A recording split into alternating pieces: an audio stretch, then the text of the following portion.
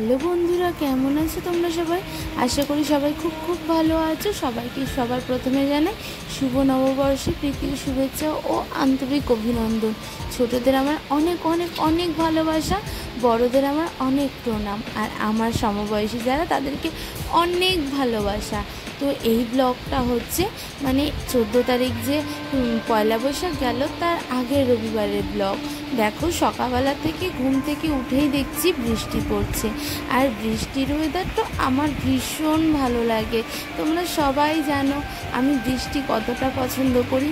তো ঘুম থেকে উঠেই বৃষ্টি এরকম একটা ওয়েদার, আমি আর লোভ সামলাতে পারলাম না, ফোনটা হাতে নিয়ে বেরিয়ে গেলাম বারান্দাতে।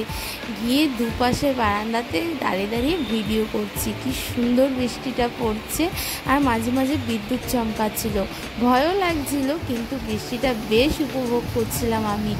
বৃষ্টি হলে না দেখবে কেমন মনটা খারাপ হয়ে যায়, সব কিছুই যেন আগের স্মৃতিগুলোকে মনে করিয়ে দেয়, মনটাকে উদাস করে দেয় কোথাও যেন।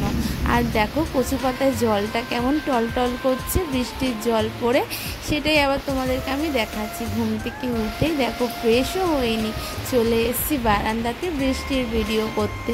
আর দেখো বৃষ্টির সাথে কি সুন্দর হাওয়া দিচ্ছিল, ওয়েদারটা জাস্ট ওয়াও লাগছে। আর আজকে আমি ভয়েস ওভার দিচ্ছি পয়লা বৈশাখের পরের দিন, মঙ্গলবার দিনকে। তো এখন তো প্রচুর গরম পড়ে গেছে, আর ভয়েস ওভার দিতে গিয়ে আমার কিন্তু বৃষ্টিটার জন্য খুব লোভ হচ্ছিল। এখন যদি বৃষ্টিটা হতো খুব ভালো হতো, কারণ প্রচুর গরম পড়েছে। আর দেখেছো কুমড়ো গাছটা কি সুন্দর বেড়ে গেছে, কি ভালো লাগে, এখন যেন আরও বড় হয়ে গেছে। ও ডালপালা ছড়িয়ে নিজেকে একদম মেলে ধরেছে, যেন আমার দেখে এত ভালো লাগে না কি বলবো। তো আমি বেরিয়ে পড়লাম দেখো বৃষ্টিতে একটু ভেজার জন্য। তো বৃষ্টিটা ভেজতে পারছিলাম না, কারণ হচ্ছে ওপরে শেড দেওয়া, ওপরে ওদের ব্যালকনি রয়েছে, তো এই জায়গাটা বেশি ঝমঝম করে বৃষ্টি পড়ে না। আর দেখেছো আকাশ ভর্তি মেঘ ছিল, প্রচুর বৃষ্টি হয়েছিল সেদিনকে আমাদের এখানে। তোমাদের কার কার ওখানে বৃষ্টি হয়েছিল পয়লা বৈশাখের আগের রোববার কোথায় কোথায় বৃষ্টি হয়েছিল অবশ্যই কমেন্টস করে জানিও। কিন্তু তখনও কিন্তু আমার মনই হয়নি। আর আজকে যখন আমি ভয়েস ওভার দিচ্ছি আমার কিন্তু মনিটাইজেশন অন হয়ে গেছে। খুশি, ভীষণ খুশি হয়েছি, আমার খুব ভালো লাগছে জানো তো। দেখো পেছন থেকে বৃষ্টিগুলো দেখে চলে এলাম হচ্ছে সামনে। আর দেখো 3টে বাইক দাঁড়িয়ে রয়েছে, আমরা 3জন ভাড়াটে থাকি, আর আমাদের বাড়িওয়ালা দিদিদের বাইক নেই, তো 3টে বাইক 3জনের দাঁড়িয়ে রয়েছে। দেখেছো পাশের বাড়ির গাছটা কি সুন্দর আম ধরেছে, কি ভালো লাগছে না আমগুলো দেখে। ছোটোবেলায় না আমাদের বাড়িতে আম গাছ ছিল, আমরা কত আম মাখা করে খেয়েছি, হেভি লাগে খেতে। তোমাদের কার কার আম মাখা খেতে ভালো লাগে অবশ্যই কমেন্টস করে জানিও। আর এই দেখো এখানে যে কলা গাছগুলো হয় না, এই বাগানটা নিজে নিজেই মোচা হয়, নিজে নিজেই কলা হয়। দেখেছো কত কলা হয়েছে। তো এখানে কেউ পাড়ারও নেই, কেউ নেয়ও না, এরমভাবেই হয়ে থাকে। তো স্নান টান করে চলে এলাম ঘরে। সারাদিন দাঁড়িয়ে তো আর প্রকৃতি দেখলে চলবে না, যতই হোক আমি না ঘরের বউ, যাই হোক। তো দেখো এখানে গলার অবস্থা তো তোমরা জানোই আমার কেমন ছিল, তো তাই জন্য সবাই বলছিল গার্গেল করো, আদা দিয়ে চা খাও, তোমাদের কথা মতনই সব কিছু করছিলাম। তো এখানে একটু গরম জল করে নিয়েছিলাম, একটু লবণ ফেলে উষ্ণ গরম জল করে একটু গার্গেল করে নেব। তো তোমাদের কথা মতন চলতে আমার ভীষণ ভালো লাগে, তোমরা খুব ভালো অ্যাডভাইস দাও।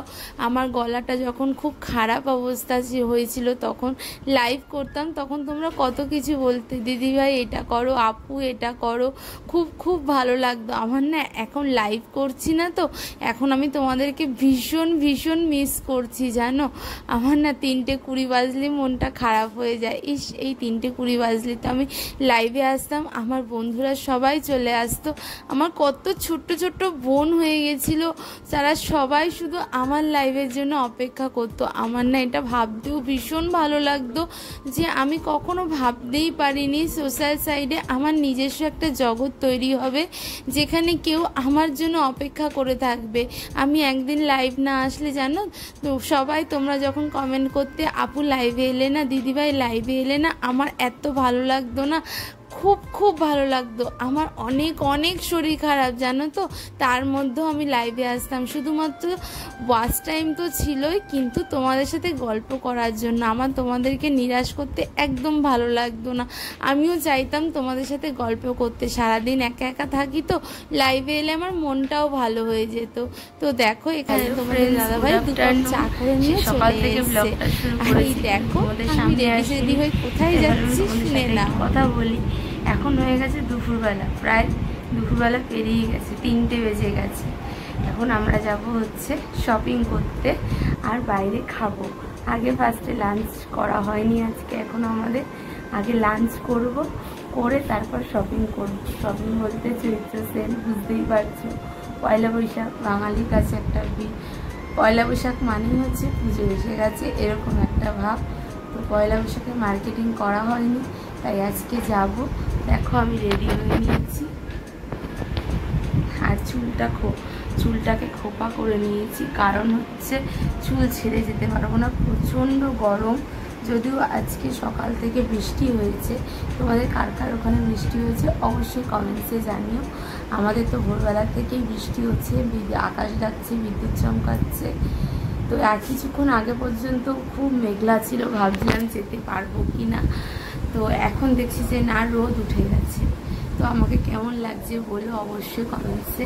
কিছুই পরিনি, শুধু কিছু সাজিনি, শুধু একটা কুর্তি পরেছি আর একটা কানে দুল পরলাম, লিপস্টিক, আইলাইনার আর টিপ আর সিঁদুর তো থাকবে, ব্যাস এই। আর আমার গলার অবস্থা প্রচণ্ড খারাপ, কি হয়েছে জানি না। এসে আবার আজকে রাতেরবেলা নাইট আছে, সানডে। গত রোববার দিনকে আমি লাইভ করিনি, তাই আজকে সানডেতে নাইট লাইভ করবো। তো তার জন্যই আরও তাড়াতাড়ি বেরোনো, নাহলে তো আমরা সাধারণত বিকেলবেলা বেরোই বা সন্ধ্যের দিকে বেরোই, একেবারে রাতে ডিনার করে আমরা বাড়ি ফিরি। কিন্তু যেহেতু নাইট লাইভ আছে, তাই বরকে বললাম না, লাঞ্চটা দুপুরেই বাইরে করি, লাঞ্চ করে তারপর কেনাকাটি করে তারপর বাড়ি আসবো। কিছুটা সময় থাকলে আমি একটু রেস্ট নিয়ে তারপর লাইভে বসবো। তো চলো, তো দেখতে থাকো, সাথে থাকো আমার। আর ব্লগটা কেমন লাগছে অবশ্যই জানিও। যদি ভালো না লাগে তাহলে ব্লগটা অন্তত চালিয়ে রেখে দিও, স্কিপ করে দেখো না কেউ, পুরো ব্লগটা দেখো, আশা করি তোমাদের ভালো লাগবে। চলো বেরিয়ে পড়ি, তাহলে অনেক দেরি হয়ে যাবে। তো চৈত্র সেলতে তো কিনতেই হবে, আমরা বাঙালি আফটার অল। তো নববর্ষটা আমাদের কাছে একটা পুজোর মতনই, নববর্ষ থেকে আমাদের মার্কেটিং স্টার্ট হয়ে যায়। তো দুজনে বেরিয়ে পড়লাম দুজনের গন্তব্যে, মানে হচ্ছে মার্কেটিং করব আর হচ্ছে খাবো। লাঞ্চটা আমরা বাইরেই করেছিলাম, মানে লাস্ট নাইট আমার যেদিন ছিল, এই 14 তারিখের আগের রবিবার। তো দাদা বৌদি সোদপুরের দাদা বৌদিতে সেদিনকে খেয়েছিলাম, যেহেতু সোদপুর থেকেই মার্কেটিং করব। তো আমার না এটা ভীষণ বাজে লাগে যে কোনো দাদা বৌদিতে গেলে এই যে লাইন দিয়ে দাঁড়িয়ে থাকা না, এটা আমার খুব বাজে লাগে। কিন্তু কি করবে, সবাই তো দাদা বৌদির বিরিয়ানি খেতে চায়। তো আমরা যেহেতু দুজন থাকি না, খুব সুবিধাই হয়, কিন্তু আমরা তাড়াতাড়ি জায়গাটা পেয়ে যাই। আর দেখেছো, সেই গত সপ্তাহ আগের সপ্তাহে আমার যে গলার ভয়েসটা ছিল, তার থেকে গলাটা আমার অনেকটা চেঞ্জ হয়েছে না? তোমরা কি বলো অবশ্যই কমেন্টসে জানিও কিন্তু আমার গলাটা ঠিক হয়েছে কি না।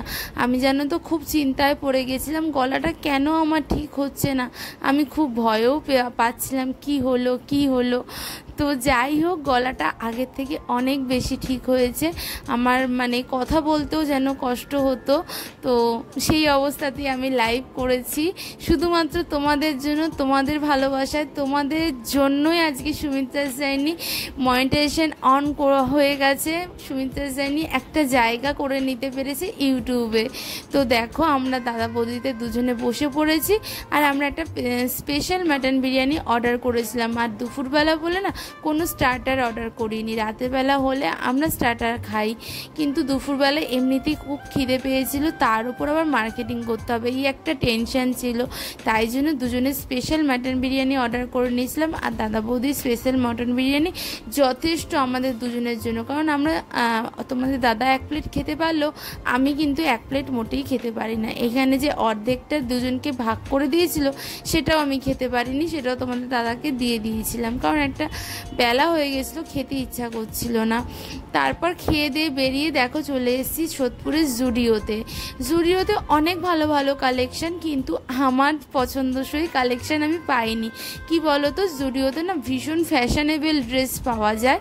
আমরা তো আমি তো খুব ঘরোয়া টাইপস, ওই জন্য আমার জন্য টপ ঠিক আছে, কিন্তু আদার্স যে ড্রেসগুলো ছিল সেগুলো আমার ঠিক পছন্দ হচ্ছিল না।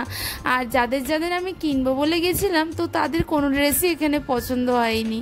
তো চলে গেছিলাম আমরা জুডিও থেকে বেরিয়ে সোজা আমাদের গন্তব্য শ্রীনিকেতন। হ্যাঁ, আমরা সবসময় শ্রীনিকেতন থেকেই কিনি। আর আমার তো বেশি পার্সোনালি শ্রীনিকেতন খুব ভালো লাগে। শ্রীনিকেতনের সমস্ত কিছুই আমার ভালো লাগে, ওদের ব্যবহার থেকে শুরু করে ওদের ওখানকার কোয়ালিটি আমার সব কিছুই ভীষণ পছন্দ। তো জুডিও থেকে তো শ্রীনিকেতন বেশি দূরে নয়, জুডিওটা হচ্ছে গির্জাটা রাজা বিস্কুট যে ওখানটা, ওইখানে থেকে। আর শ্রীনিকেতনটা তো তোমরা সব যারা এই দিককার থাকো তারা তো সবাই সোদপুর শ্রীনিকেতন এক কথাতেই চেনো। তো আমরাও চলে গেছিলাম। আমি আর না ভেতরে ভিডিও করিনি, জানো, এত ভিড় ছিল বলে, বেলাও হয়ে গেছিল, করা হয়নি। চলে এসেছিলাম বিকেলবেলা, একদম রাতের বেলা। চলো, কেমন লাগলো ভিডিওটা অবশ্যই কমেন্টস করো। ভালো না লাগলে তোমরা চালিয়ে ভিডিও, তোমাদের কাছে রিকোয়েস্ট করছি please please please please add সহ আমার ভিডিওগুলোকে দেখো। তোমাদের কাছে আমার এটাই অনুরোধ, এতটা যখন সাপোর্ট করেছো শেষ পর্যন্ত সুমিত্রাস জার্নির পাশে থেকো তোমরা। চলো বাকি ভিডিওটা দেখে নাও। আমারটা আর তোমাদের দাদারটা কেনা হয়নি, কিনে নিই তোমাদের দাদারটা আর আমারটা, তারপর তোমাদের সাথে শেয়ার করব। তো আজকের এই ছোট্ট ব্লগটা কেমন লাগলো অবশ্যই জানিও। ভালো লাগলে লাইক কমেন্ট করে দিও। আর যদি আমার চ্যানেলের নতুন বন্ধু হয়ে থাকো তাহলে প্লিজ চ্যানেলের পাশে থাকা নোটিফিকেশান আইকনটাকে টং করে বাজিয়ে দিয়ে নোটিফিকেশানটাকে অল করে রেখো, যাতে আমি যাই ভিডিও পোস্ট করি না কেন তোমাদের কাছে সবার আগে পৌঁছে যায়। তো যদি ভিডিওগুলো ভালোও না লাগে তাহলেও বলবো ভিডিওগুলো চালিয়ে রেখে দিও। তো প্লিজ বন্ধুরা, তোমাদের কাছে অনুরোধ করছি, তোমরা আছো বলেই সুমিত্রাস জার্নি আছে, তোমরা না থাকলে সুমিত্রাস জার্নি কবে হারিয়ে যেত। তো চলো বন্ধুরা, আর বক বক করবো না, সুস্থ থেকো, ভালো থেকো, সাবধানে থেকো। দেখা হবে নতুন কোনো দিনে নতুন কোনো ভিডিওর সাথে। ততক্ষণ সুমিত্রাস জার্নির পাশে থেকো, সাথে থেকো। তোমাদের জন্যই সুমিত্রাস জার্নি আছে, তোমরা ছাড়া সুমিত্রাস জার্নি কিছুই না।